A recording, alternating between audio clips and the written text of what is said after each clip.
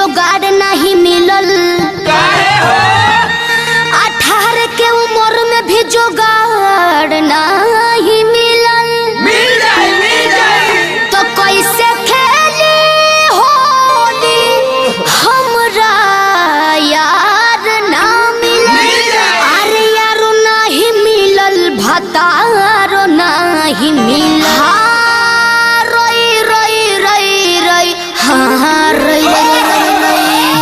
तो हर गरम जिलेबी हुस्न के गजबे पेटी बा।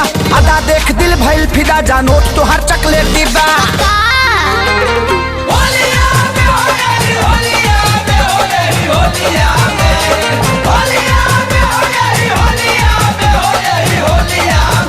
अरे यादव जी के हाँ यादव जी के, अरे यादव जी के सही हाँ बनाई लीजिए यही होलिया में।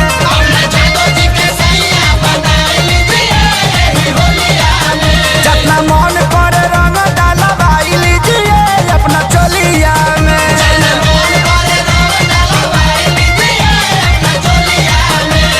अरे जादू जी ज्यादा नहीं खा बोला।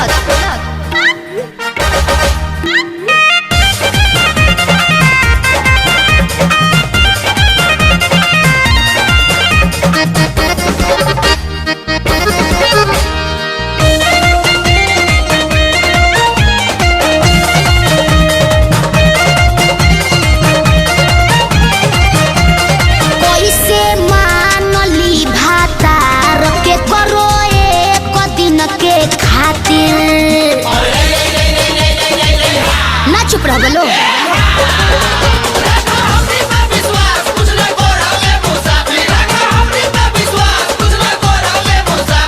अरे सो बुझता नहीं हो नहीं परम विश्वास हम बात में ना केहू के आई बहो।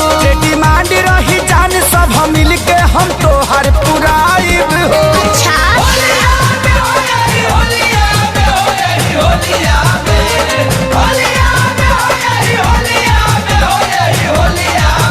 अरे यादव जी के हाँ यादव जी के, अरे यादव जी के सही हाँ बनाई लीजिए यही होलिया में।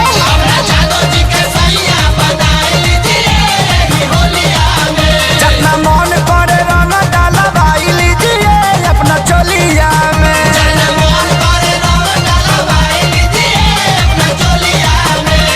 चोलिया में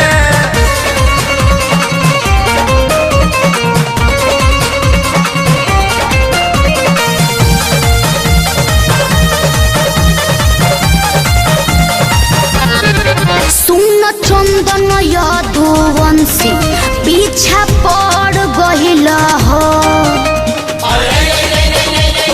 अरे दूर रहो। अरे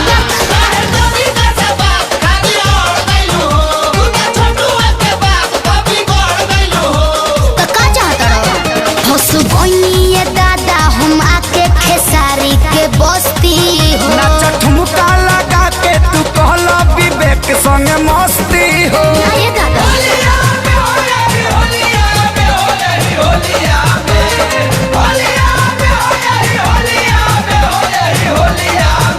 अरे यादव जी के हाँ यादव जी के, अरे यादव जी के सही हाँ बनाई लीजिए यही होलिया में।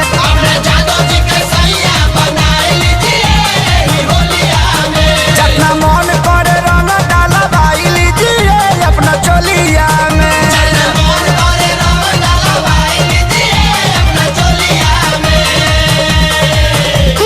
जाए जादू जी नाच के रख दिला।